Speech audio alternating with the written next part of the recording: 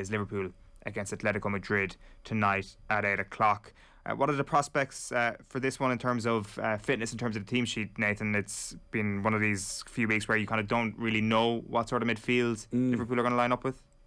Yeah, they just had this constant string of niggly injuries that are ruling players out for 2 or 3 games. And like Thiago's back in training, Fabinho is back in training because of the injury crisis with Milner out and with Keita out. Jones just coming back to fitness. Do you throw them in, or do you realise Liverpool are in a decent position in this group and maybe you bring one of them in and you just try and get through this game? I can't wait for it, considering how good the game was a fortnight ago. I know there's a lot of questions of, look at how Liverpool collapsed last season because of the defensive problems, and have they left themselves short in midfield because Gini Wijnaldum isn't there? I don't think it's quite that extreme just yet. Like they were very, very good for the first half an hour, 35 minutes against Brighton at the weekend. I know they gave away a couple of chances, but they should have been 3 or 4-0 up. That game should have been dead. It seemed to be an attitude problem, which is what Klopp was suggesting after the game, that the heads just went. Oxlade-Chamberlain is definitely an issue, and it was interesting, the quotes after the game. He really seemed to be having a pop at Alex Oxlade-Chamberlain, that he's getting these opportunities. He's probably only getting them because there's 3-4 players injured, and he's not taking them. Like, it was a stunning ball for the Mane one, but when the game was getting away from Liverpool, he couldn't get a grip of the ball at all, couldn't slow it down. So it'll be fascinating to see what midfield 3 he goes with tonight. The niggly injury seems to be a problem for quite a lot of clubs. Is it the amount of matches they're playing? How big a risk is it throwing Thiago and Fabinho back in again when you've got... I think Fabinho's the one for me, in terms of giving that... We're talking about kind of midfield balance kind of a lot of the morning, haven't we? But think of those players that you've mentioned who could potentially come in. I think Fabinho, because the type of game that he plays, Fabinho, you feel as if he can almost play within himself. He doesn't have to exert himself too much in that holding midfield position, which predominantly plays for Liverpool. You can kind of play that position playing about 70-75% of your capacity, and that'll allow him to push Henderson a little bit further forward. And then you're really talking about, as we generally are for me, with that Liverpool midfield 3, who's the third one to best complement them. Curtis Jones is fit at the moment, he's played. I'm a big fan of Curtis Jones. Thiago will come into that equation, a different type of player. Again, fitness might be an issue with him. Jones has already got minutes under his belt, so you would think potentially might lean towards Curtis Jones, and I'd be happy with that midfield 3 of Henderson, Fabinho and Curtis Jones. Still think there's a little bit there for me. I was watching you mentioned about the Brighton game, Nathan. Play some good stuff there, Brighton. I only saw the highlights of the game. They can play, Brighton. Don't get me wrong. You're talking about managers, like potentially managers. Graham Park could be one of them in the near future, could come into the reckoning. But I was looking at a couple of the 2 goals that they scored. Again, I'm looking at Virgil van Dijk. His movement. We're talking about Harry Maguire in terms of like lumpy, a little bit not the most athletic, not the most dynamic. That's just a fact. That's DNA with Harry Maguire. Virgil van Dijk, we know, is the exact opposite. He's an absolute supreme athlete. It's why he is probably considered, certainly a year or so ago, the best centre half in the world. But he's still searching. If you notice his movement, the balls around him, even those goals, he wasn't necessarily directly involved, but just planting his feet and moving and accelerating, just get a sense for players still searching, and might be for some time in terms of his optimum levels. Is there a chance it doesn't come back? Well, that would be the worst. That would be the worst case scenario. I mean, you'd hope, the advances in, surgery now, that operation now is pretty much a given in terms of getting people back reasonably close, if not to the level they were before. But it is a very serious operation. It's a very serious injury. And certainly at the moment, he's not where Liverpool need him to be. It's only a small thing. And like I said, you couldn't hang too many goals Liverpool have conceded this year and say, Van Dijk, he's got done there 1v1, no pace or whatever. But if you look at him in terms of how he's moving over the ground, he's not there. And whether it's a combination, which generally is with these injuries, physical and psychological as well, he needs to kind of push through that.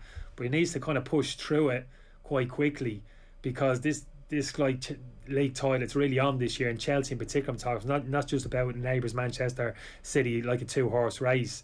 Those two have got to be very careful, the results of the weekend, that Chelsea don't suddenly find themselves 6-7 points clear at the top, because they're good enough to actually stay out in front and stay away from those two. So that's what I'm saying. Only small little issues there around Liverpool, not a lot. Playing well, there's a lot of good around the team at the moment. I understand that, particularly up the pitch. You get blinded about what's happening higher up the pitch, and particularly what Salah is doing. But it still matters. We've been talking about all this morning Manchester United, about that balance, the yin and the yang, defensive structure. and Liverpool's generally has been very good, don't get me wrong. But just at the moment, little nigglies you're talking about, a couple of little individual stuff, and Van Dijk in particular, who's the heartbeat of the team at centre half, needs to find his A game, ideally sooner rather than later. Is there anything you can do to try and offset the impact of him getting back to his best as a manager? I mean, so that you kind of got to expect that Van Dijk looks after himself. If you're Jurgen Klopp, there's not much you can do to control it. But with your team selection, with the midfielders that you pick, with the other defenders that you pick, with the way you set up, is there a way that you can try and temper how much of an impact maybe Van Dijk's struggle to return to form actually has in the team? Yeah, I think so, and it's the same argument we're making with Manchester United. And so if you've certain limitations, now Van Dijk isn't limited, we know that generally speaking, but he is at the moment because he's searching a little bit in terms of his fitness. So for me, it's only small little things. It's about the like of getting your best holding midfielder in front. Fabinho actually does the job, we know that. But even the likes of Andy Robertson, for me, if I was a left back in Andy Robertson's shoes, I'm looking over a Virgil van Dijk and I know he's not there yet. He's 70-80% where he needs to be. That drop dead acceleration, it's not there. So maybe I just have to temper things a little bit. Just narrow up a little bit, give him a little bit more cover. It might be the team itself taking itself 5-10 yards down the pitch. I know this is the last thing you can say to Jurgen Klopp, his head explodes, like the whole team taking itself 10 yards further down the pitch. But these are the small modifications I think which you need to make until you get to a point. Van Dijk's bang, I'm back now, let's go, let's push 10 yards higher up the push. Is that not what they did last season, Kenny? Is that not in a way a problem for Liverpool? It's what makes them so brilliant when they're at their best, that everything needs to work for any of it to work. And that last season, when they were missing all the centre backs, suddenly Alexander-Arnold and Robertson had to play a lot deeper because they couldn't trust that their centre backs would be there, and then the high presses, and Salah's having to come back deeper so he can press high. Yeah. That it all collapses quite quickly if suddenly you start going 10 yards further back. I think you're right. That was a problem last night because he hadn't got the players on the pitch, enough of those players to play the type of game Liverpool have been so successful with. And Klopp, from what I was hearing last year, was just reluctant to make those changes. This is us, this is our DNA, this is how we press. We keep that high line, even though we've got an 18-19-year-old playing at centre half. We've got a central midfield there, and Fabinho, excellent midfielder as he is, but not particularly quick on the turn. We're still going to play the same. I'm still at times going to send me full-backs higher up the pitch. So for me, that as much as losing individual players last season was absolutely a massive blow for them, yet the team not being able to function in that way because of that was massive as well. He didn't make those modifications last year, really. We are Liverpool, this is how we play, we'll continue to play this way. So there's a load of stuff going on there. I wouldn't kind of dissect that, but at the moment I just think with Liverpool, just small little areas there, just little small areas improvement that they need to tap into. And Van Dijk's one of them, and I hope he does get back. We know how good a player he is. It'd be a shame, if going forward he was to be reduced a little bit, his physical output type thing and his mobility, his athleticism was to be restricted by that injury. But it can happen. I just hope it's not the case and he can kind of push through and get back to the level he was at. On that midfield point, and you make the point, Nathan, about Alex Oxlade-Chamberlain maybe struggling, is it a situation where Liverpool have loads of players that can play in that advanced midfield role, where the non-Henderson or Fabinho role, that they've got a heap of players who can play there, that if the Ox was beside Henderson and Fabinho at the weekend, maybe his deficiencies wouldn't have been as laid bare, that essentially the longer the season goes on, the more they're missing someone like Gini Wijnaldum who can play more of the three positions effectively? Possibly. I still think when you take Henderson out of that sort of right-sided midfield role, that he is a massive loss. He was playing deeper at the weekend, and while he can comfortably cover that spot, I just think the energy he brings in that, again, a little change and quite a few things seem to fall apart for Liverpool. Kenny's a big fan of Curtis Jones.